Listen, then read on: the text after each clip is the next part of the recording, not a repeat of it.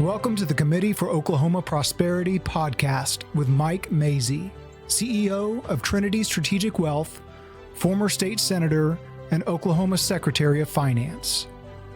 Mike talks with public policy and industry leaders about needed transformative changes to make Oklahoma a top 10 state for people to live, work, and retire.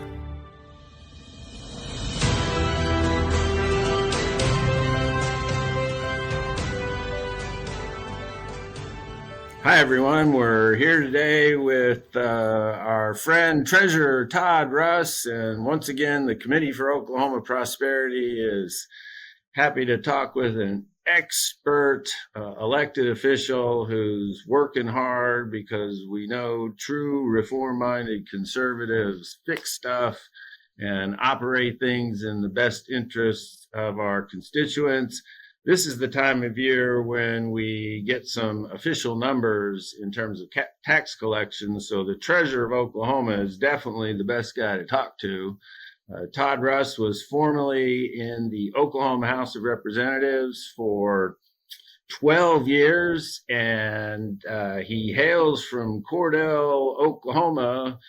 And we're kind of wondering, Treasurer, how did Cordell fare in that Arctic unpleasant blast last week?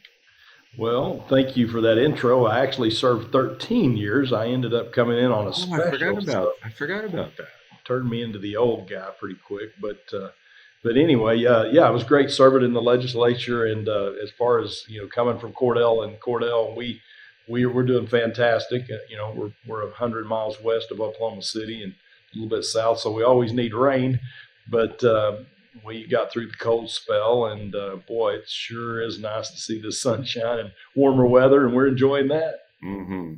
Well, Oklahoma is very fortunate to have a banker at the helm of the Treasurer's office who understands finances. And in the finance world, for better or for worse, Treasurer Todd Russ is one of probably a handful of people, me being one of those financial nerds, that actually understands the finances of the state of Oklahoma in terms of all of the tax collections coming in, and being a member of the House for 13 years, all the expenditures going out. February is always an important month because we get the actual revenue projections from the Board of Equalization. So what did we learn from the BOE meeting just a few days ago? Was it last week or the week before? Yeah, it was the week before, and actually it was telling of Oklahoma's strength and kind of what Oklahoma has going on. In December we give the estimate,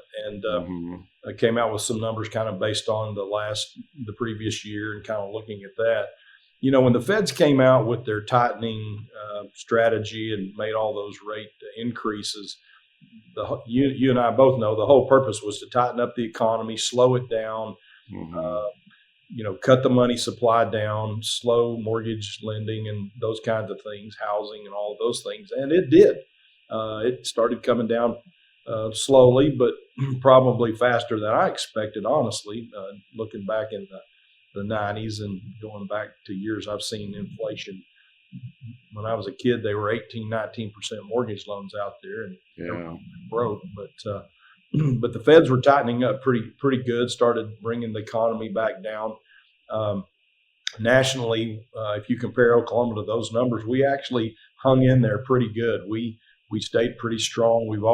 Historically, we've been higher on the employment side of the numbers, and still are, and have maintained pretty good employment numbers.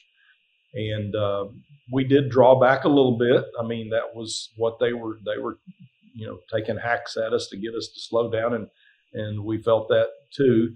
But actually, we didn't really back up that far relative to some of the others. And if you look at the state's overall condition on a 10, 15-year look back, we're still in a fantastic position. We certified about, actually, you asked for the numbers and what those numbers look like. We certified for the legislature to spend about 12 point, I think the number was like 12 point, looking for here, 12.36 billion. 12.2, 12.3. Yeah, it was actually up a little bit more than I think what we told them in December, and they all felt like that it would be down. And the reason was, if you look at the 12-month averages, and historically the Treasury and the Tax Commission track those on a 12-month rolling average.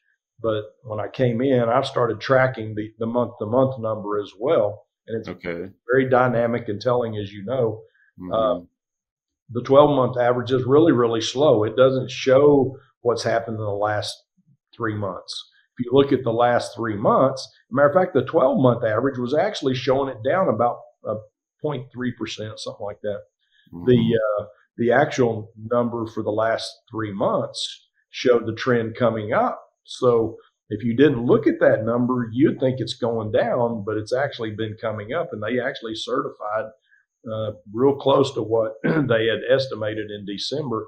And that's a number for Oklahoma. That's historical ranges. When you and I were in there, you remember the years when we appropriated $6.9 billion, and now we're at over 12. Yeah. So, Governor Stitt's first negotiated budget when I was Secretary of Finance was 7.9. Yeah, it's that was 6 years ago. How far we've come. It's impressive. Now, if I recall correctly, the projections for the fiscal year that we're actually in right now have turned out pretty decent, and we're not percentage-wise, too far off of what the Board of Equalization gave for the legislature to work off of for fiscal year 2025. And if I'm right about that, and you can tell me if I'm wrong, but if I'm right about that, it's kind of another indicator that except for these volatile time periods like the pandemic, generally these estimates have generally had or only been off by a variance a lot of times of 2.5% to 5%. And the professionals trying to provide these estimates are pretty thoughtful and conscientious. But there's a member of the Board of Equalization who wanted to kind of politicize the meeting and say he didn't trust the numbers, and so I'm not going to show up at the meeting. This was the Attorney General, of course, because I don't trust the numbers. What was your take on all that? Yeah, I didn't see that coming, and I didn't really understand what he was trying to make a point about, because he was referring to the governor in some comments that didn't have anything to do really directly with the process. So, I hope that he got that all cleared up and figured out what he was looking for, because that's why we have people behind us crunching all of these numbers to bring them to the Board of Equalization and present their findings. We don't go, the governor and the executive constitutional members on the board don't go out and hustle up numbers. They bring those to us, and we review them and go over them with what they present to us. So you've got some pretty smart people in the back room. We've got an outside economist that's his professional, everyday career job to help with that final decision. And then we present they present it to us, and we look it over and certify it. So I wish he would have been there. I don't know why he didn't come, because we could have had a conversation on exactly what he was trying to get at, because I didn't understand what the points were, and I don't know that they were on the right page of how the process really goes. Okay. But as a constitutional appointed member of the Board of Equalization, Treasurer Todd Russ, feels like these are, professionally realistic numbers for the House and the Senate, to work on their budget for fiscal year 2026. Absolutely. Would that be a correct statement? Sure, absolutely. I hope they're conservative. We'll get to that. Yeah. But the process, I will say, I I've even mentioned it, and I've mentioned it in the past, and it's just an idea, but I would love to see us take our budget into a 5-year smoothing and use a 5-year average for the budget. And Okay. I don't know if that process is in Constitution. If it's not, we ought to look at changing that. And we ought to look at it anyway, because Oklahoma's had some really dramatic ups and downs in the past with the energy sector. Although that's an interesting conversation, because back when you probably first came in, and back in those days, the energy portion of our it was about maybe 25-30%. Well, it still is bigger of a number in the dollar side of it, but the percent side of it from the budget, it's between 8 and 11% now. So that's helped us with those real whiplash experiences from that industry. And I don't know if you was here when we finished the process to do I filed it as the energy stabilization plan. It ended up being the revenue stabilization plan when they got it passed. Yeah, I was part of the Senate authorship working on that. Yeah, that has been absolutely tremendous to help with those highs and lows. If they don't go in and monkey with that plan too much, it'll be a real saving factor for ups and down years, really the down years. And be interesting to see, and then that's a 5-year smoothing as well. And if we did the budget on a 5-year, it would take a lot of the extreme highs and lows out of it. And I think it'd be a great idea. Good idea. You and I were part of an era, Treasurer Russ, when you were in the House and I was in the Senate, of conservative ways to fix things and do things more efficiently and more accountable to the taxpayers. Our mutual good friend, Randy Daniel and I, who was your predecessor as treasurer when he was in the House, one of those big reform items was fixing the pension systems. And, now they're healthy and the state is looked at with a better lens, if you will, from the rating agencies. I know your work and your various departments and divisions are part of that whole process. What do you think the state's overall financial condition is, and how do you think Standard & Poor's and some of these rating agencies are looking at us right now? Well, our position's fantastic. We got probably at least $5 billion in some sort of reserve fund, some depending on the category you want to place it in. That's phenomenal. That's really great. They like that. Naturally, when you go to talk to the rating agencies, they love hearing the backup. And when I first came in, we started a new conversation with them. Actually got them to change our rating from a stable to a positive outlook the first year I think I was here.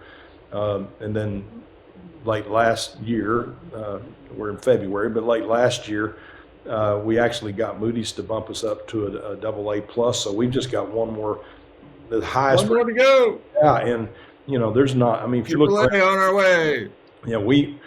Getting there is, I don't know 3 states that have a AAA. So now we have some AAA ratings in our bond, and part of our bond portfolio, but the state's overall rating is still, it's phenomenal at an A+2, AA+. So those were really fun times to get to work through that process and see some results for the state of Oklahoma, and will help us a lot as we do infrastructure, roads and bridges.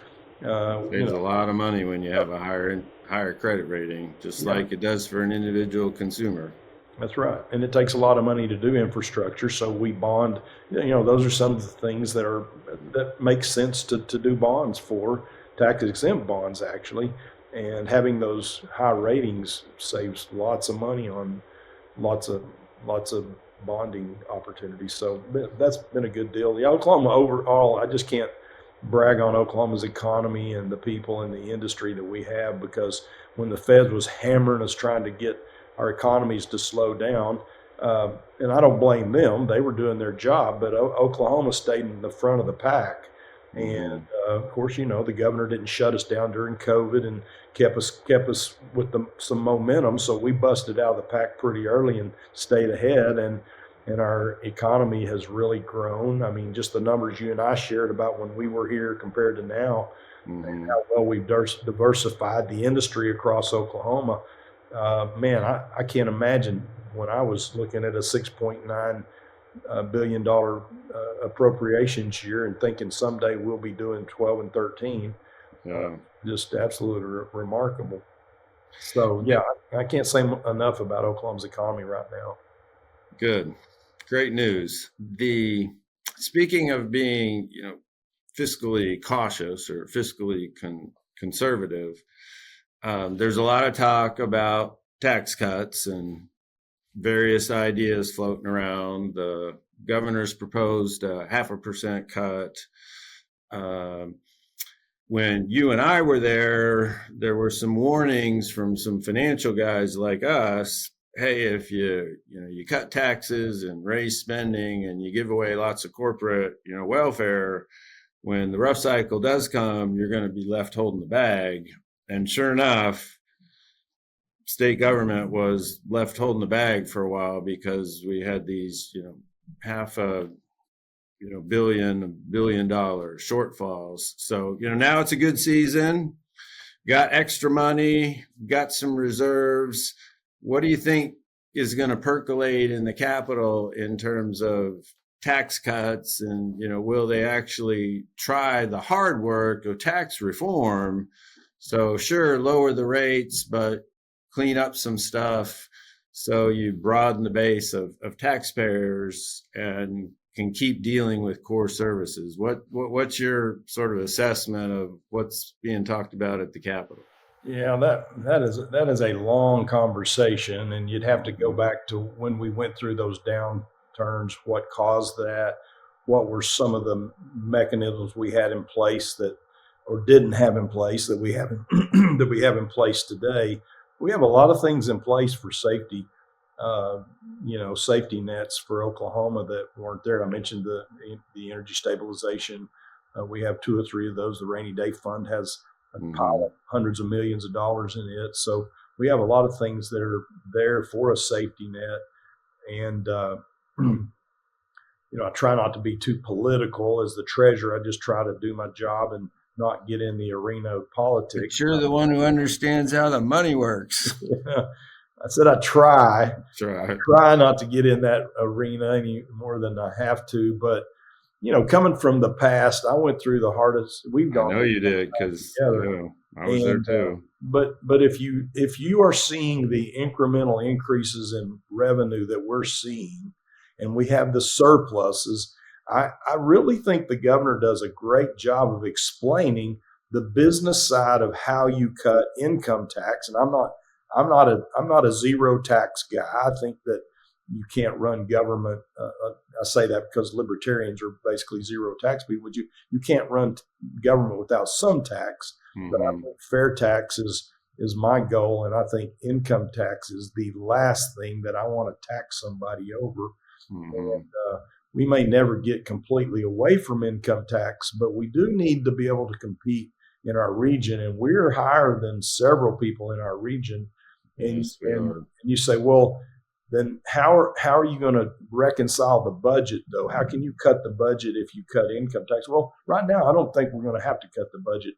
And you know this too, looking back at every income tax that we cut, every time we cut income tax, the next year revenue came up. I mean, I don't know if that's coincidental or it is an economic philosophical subscription that they say you cut taxes and revenue will go up. And it has proven to do that. I'm not saying it couldn't, I'm not saying it's 100%, but at what point does our economy and our revenue get strong enough that we just keep letting the legislature spend it back into government?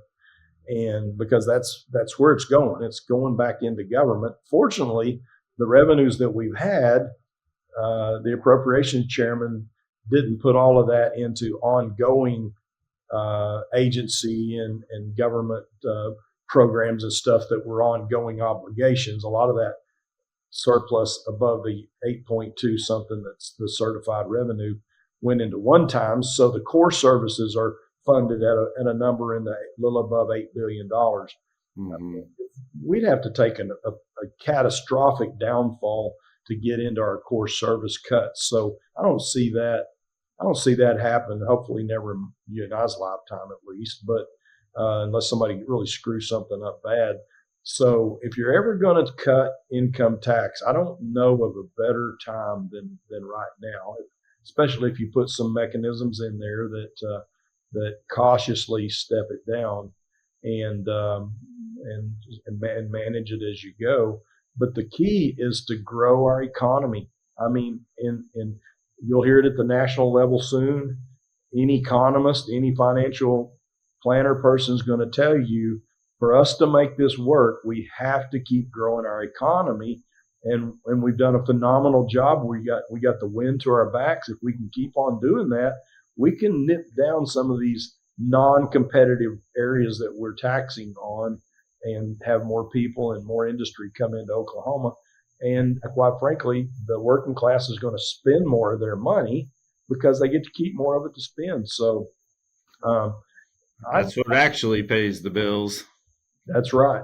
That's right.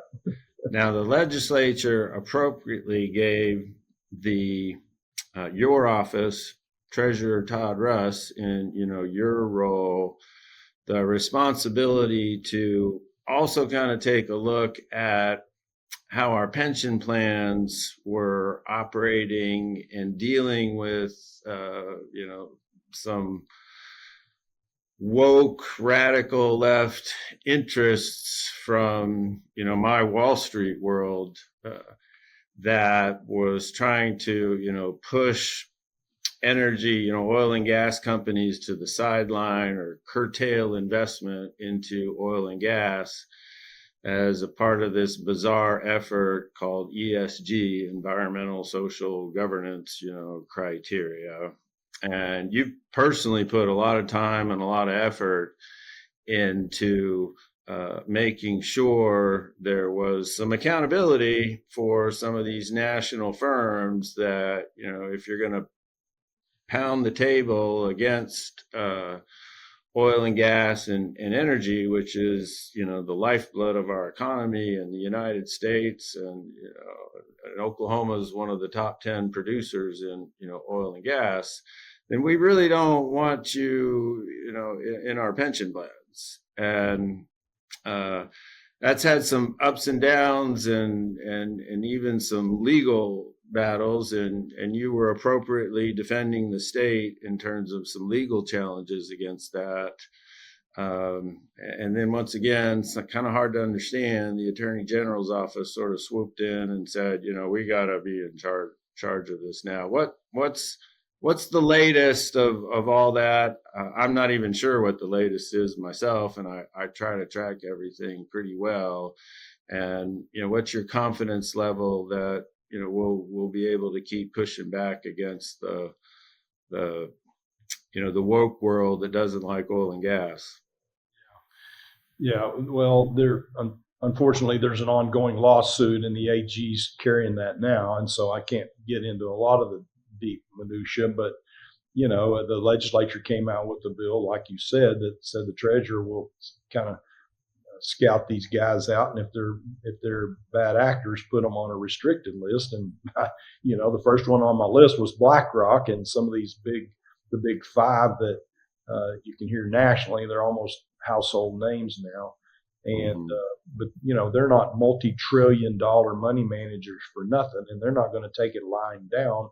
And some country boy in Oklahoma is going to put us on a naughty list, and they didn't take it real well.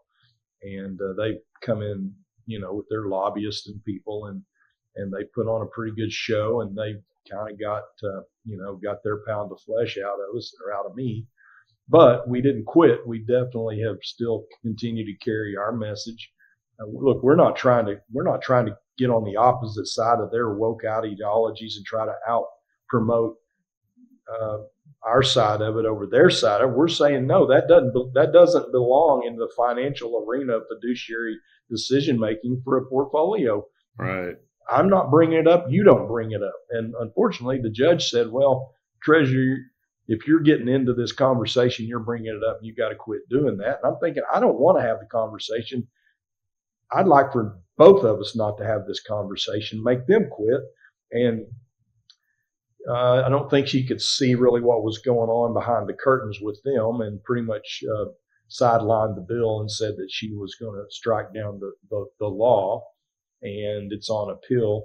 The Attorney General has taken that back over. I don't really know how to explain all of that. There was a time where I think there was a lot of things happening with him and some of the other executive agencies in the state that he took offense to them having their own legal counsel and just went in and started grabbing them all back up.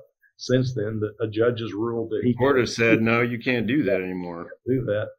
I haven't really weighed in to pull mine back if he thinks he's willing to go in there and defend it. I actually asked him if he would take the case the first time it came up, and he told me he couldn't take the case and would get someone. And I said, well, if you're going to get one of your friends, I'd rather get one of my friends that I know and can trust. And I guess that didn't go over real well, and he took it first. So let me get this right. You originally asked the AG to take the case, and he said, well, I'm going to take the case, but I'm going to outsource it to some other group. And that made you, who's responsible for all this, feel uncomfortable. So you said, well, in that case, I think it's best if the treasurer's office chooses who the legal counsel is going to be. Did I get that right? Yeah, that's pretty close. I kind of use this tongue in cheek. It's when I don't let another man choose my weapon. I'd rather choose the people that's going to represent me so they're accountable to me and not accountable to somebody else if it didn't, So you're a statewide elected official. Yeah, that makes sense. Absolutely. And, I proposed that he would take it. And anyway, politics is a really funny world that it's hard to explain. And if you haven't really been immersed in it, it'd be hard for someone to understand. So anyway, you and I probably know exactly how that goes, but I don't want to burn a lot of your time getting into it. But I think at the end of the day, we'll prevail.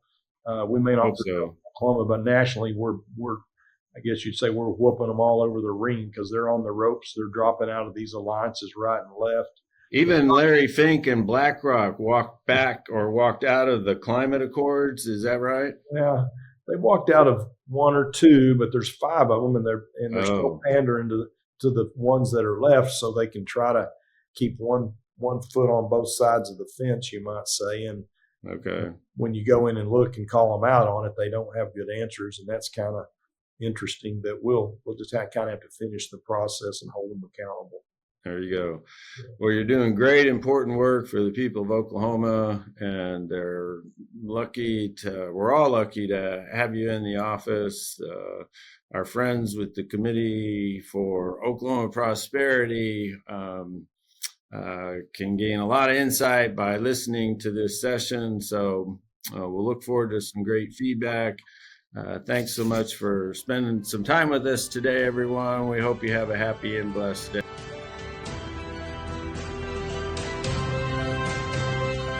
The Committee for Oklahoma Prosperity is advancing ideas and policy that create growth and prosperity for the people of Oklahoma.